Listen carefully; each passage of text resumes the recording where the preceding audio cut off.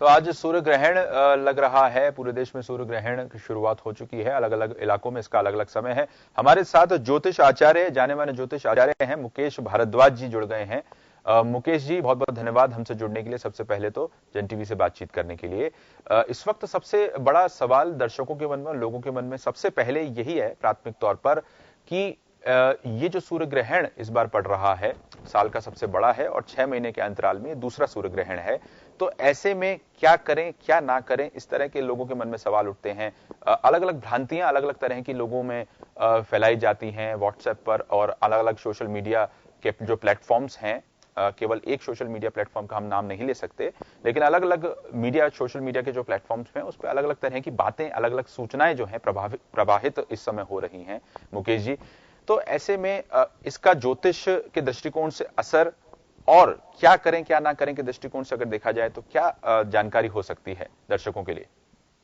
देखिए, क्या है कि जब हम ज्योतिष की बात करते हैं और ग्रहण की बात करते हैं तो हम ये कहना चाहते हैं कि हम पहले के जो हमारे मनीषी थे उन्होंने इस पर बहुत शोध किया था और ग्रहण के जो मानव जीवन पर या प्रकृति पर या अन्य पशु पक्षियों पर पड़ने वाले प्रभाव को बहुत अच्छे से उसका आकलन किया और हजारों सालों तक के अनुभव के आधार पर उन्होंने जो ज्योतिष शास्त्र में लिखा वो ये था कि बहुत ही एक एक बेहतर उनका आकलन था कि हमारे खाली एक खगोलीय घटना नहीं है जैसा कि विज्ञान कहता है।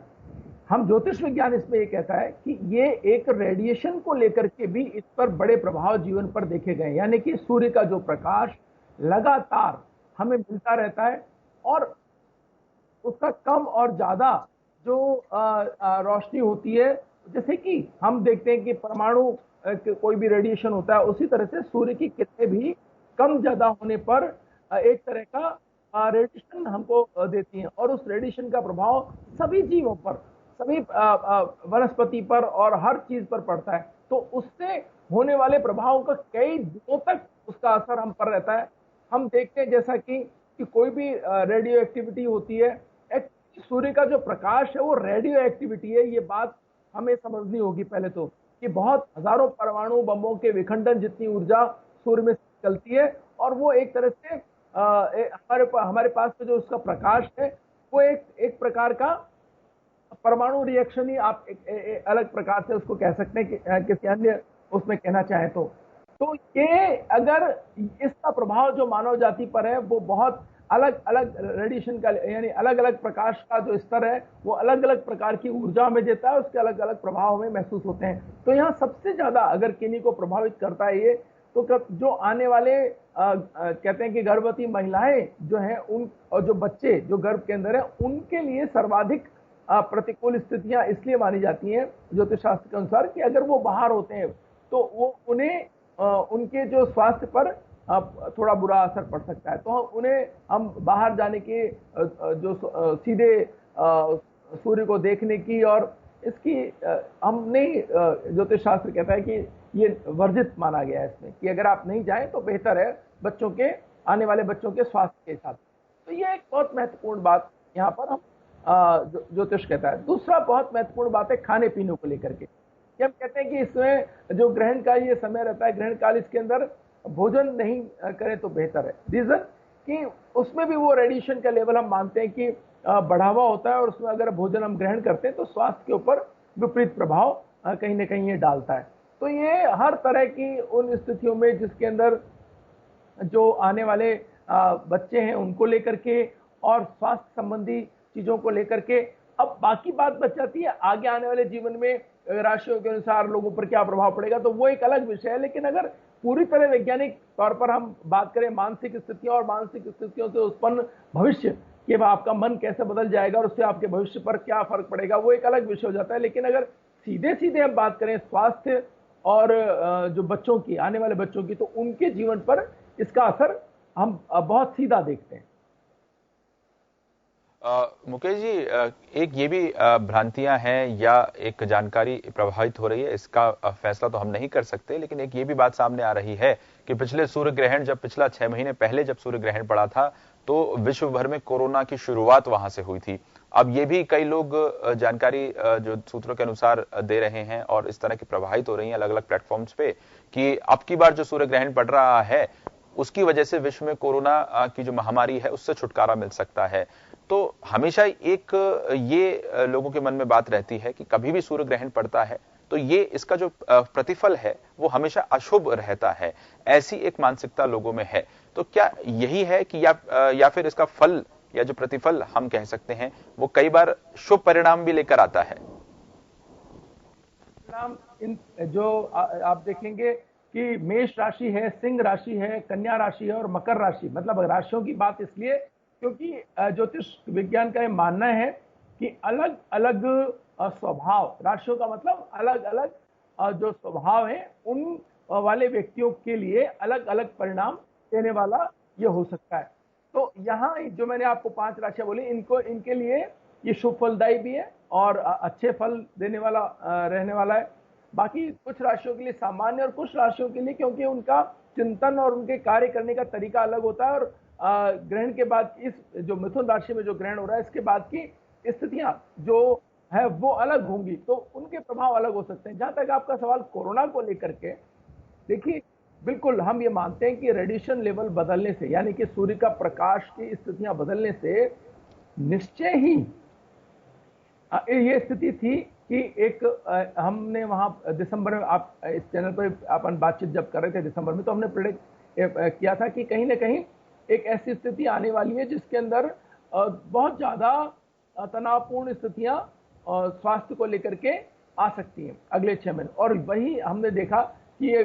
वहां से दिसंबर से शुरू हुआ और आज 21 जून जो हमने उस समय तय किया था कि हाँ कहीं तनावपूर्ण स्थितियां हमारे सामने रही। अब आप देखिए कमाल की बात, 21 जून आज है और आज तक वो कोरोना जिसको 10 दिन में या 20 दिन में या महीने में या 21 दिन के अंदर या एक जो है 45 दिन में खत्म होने की बात की जाती, 6 महीने तक उसका प्रभाव कम नहीं हुआ, बढ़ ही रहा है दिनों दिन।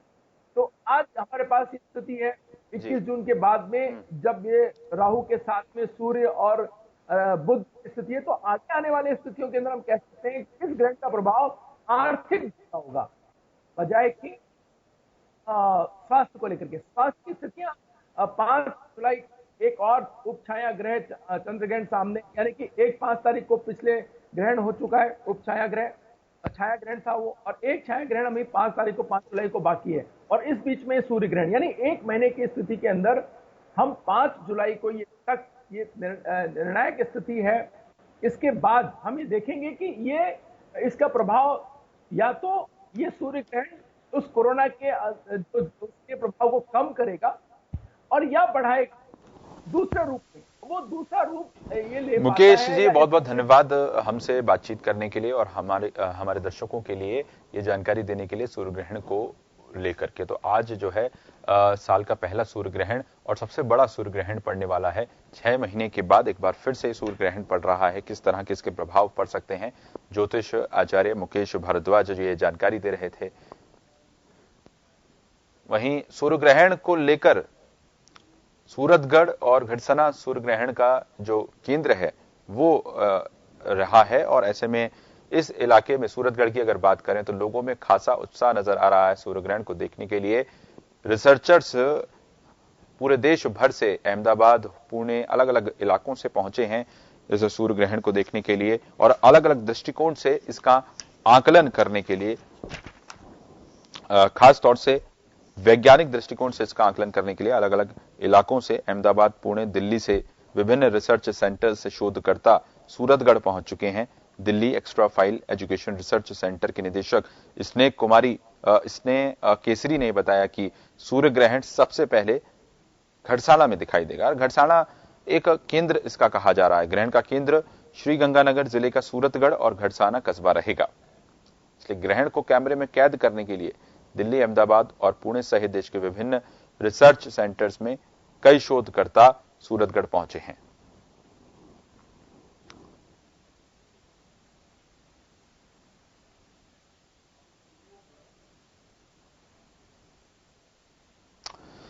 अलग अलग जो शोधकर्ता हैं वो अपने अलग अलग दृष्टिकोण से सूर्य ग्रहण का आकलन करने की कोशिश करेंगे। इसके भौगोलिक जो परिस्थितियां इस दौरान बनती हैं उसको टेलीस्कोपिक लेंस से देखने की कोशिश की जाती है और ये आकलन किया जाता है कि इसका जो भौगोलिक जो परिस्थिति है इस दौरान वो किस तरह की बनी है, क्योंकि ये पूर्ण सूर्य ग्रहण है।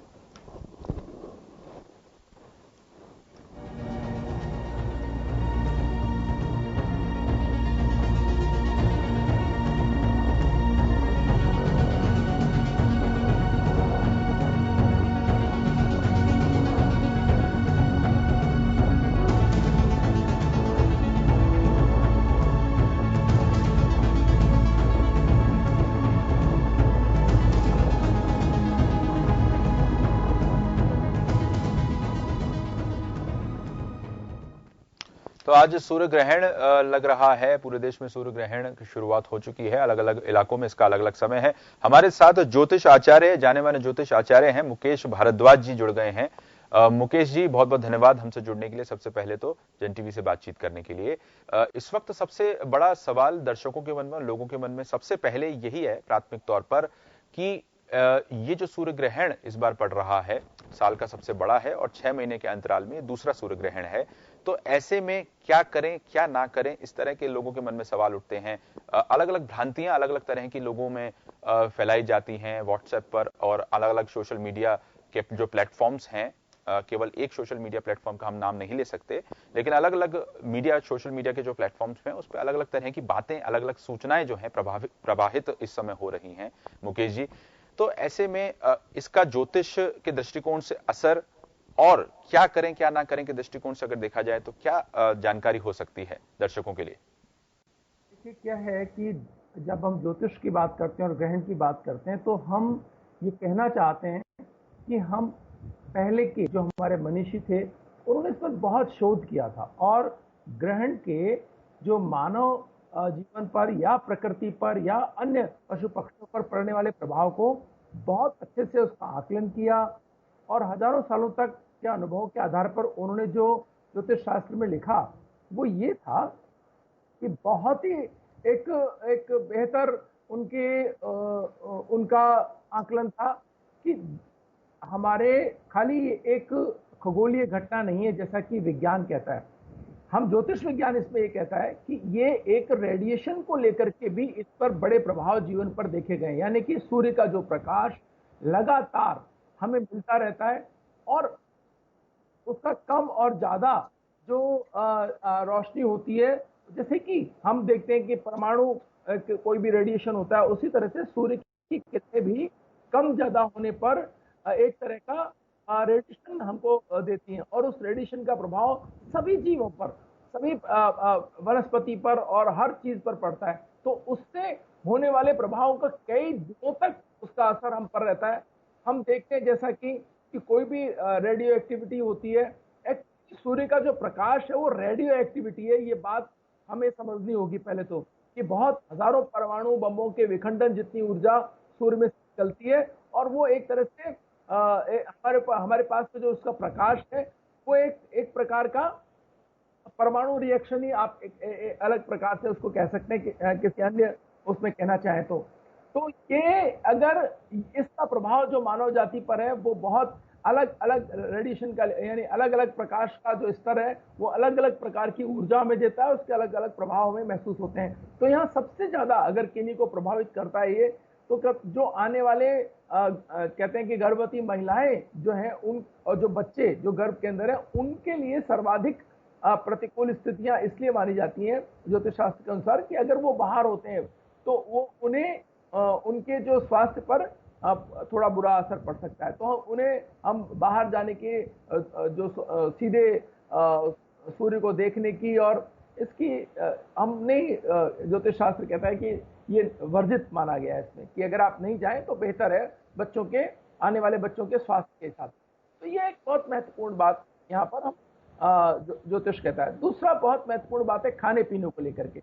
हम कहते हैं कि इसमें जो ग्रहण का ये समय रहता है, ग्रहण काल, इसके अंदर भोजन नहीं करें तो बेहतर है। रीजन कि उसमें भी वो रेडिएशन का लेवल हम मानते हैं कि बढ़ा हुआ होता है, और उसमें अगर भोजन हम ग्रहण करते हैं तो स्वास्थ्य के ऊपर विपरीत प्रभाव कहीं ना कहीं ये डालता है। तो ये हर तरह की उन स्थितियों में जिसके अंदर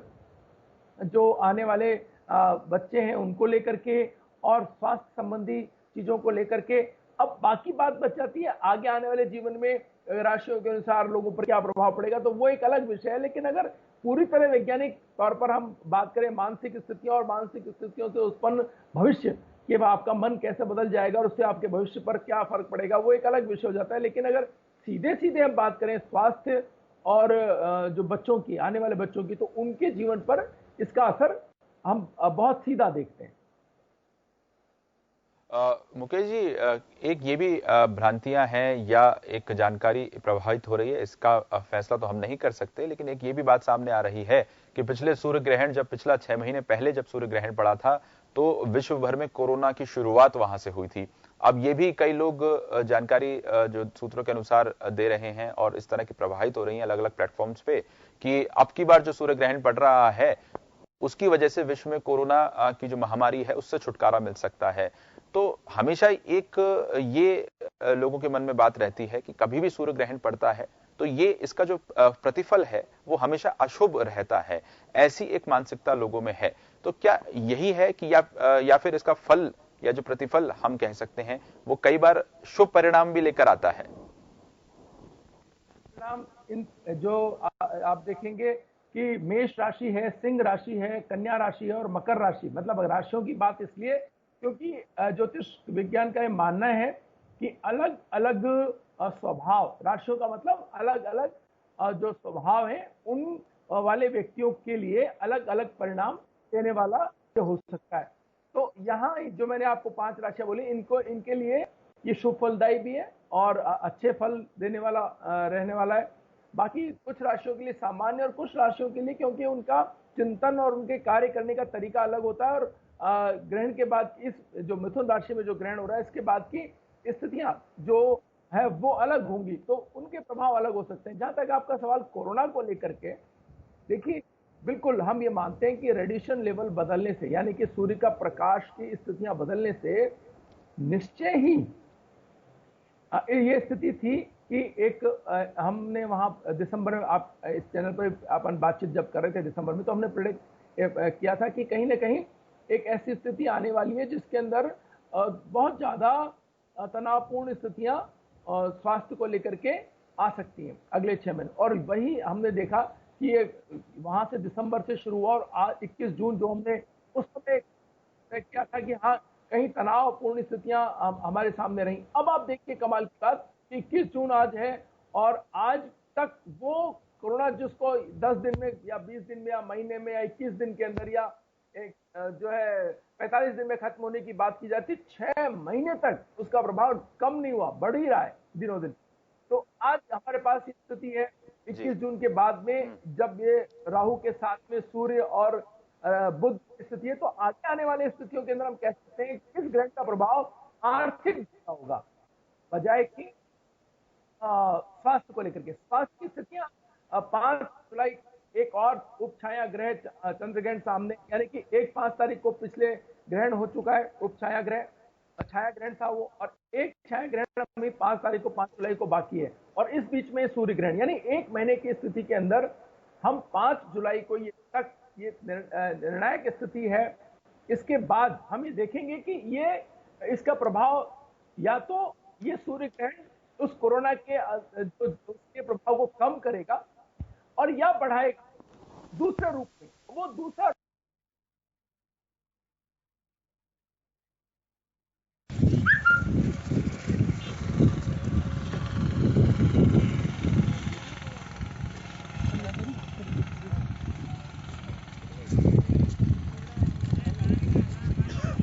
पहुंचे हैं, अलग अलग रिसर्च सेंटर से शोध करने के लिए पहुंचे हैं। इस खगोलीय घटना के बारे में आकलन करने के लिए शोधकर्ता अलग अलग जगहों से पहुंचे हैं। इसकी तस्वीरें हम आपको दिखा रहे हैं। श्रीगंगानगर दरअसल केंद्र है। श्रीगंगानगर का सूरतगढ़ और घड़साना कस्बा इस बार सूर्य ग्रहण का केंद्र है। तो ग्रहण की तस्वीरें हम आपको दिखा रहे हैं। आप तस्वीरें देख सकते हैं, इस वक्त सीधी तस्वीरें हैं सूर्य ग्रहण की। ग्रहण के दौरान किस तरह का नजारा देखने को मिल रहा है वो तस्वीरें हम आपको दिखा रहे हैं। आप देख सकते हैं सदी के सबसे बड़े सूर्य ग्रहण की तस्वीरें।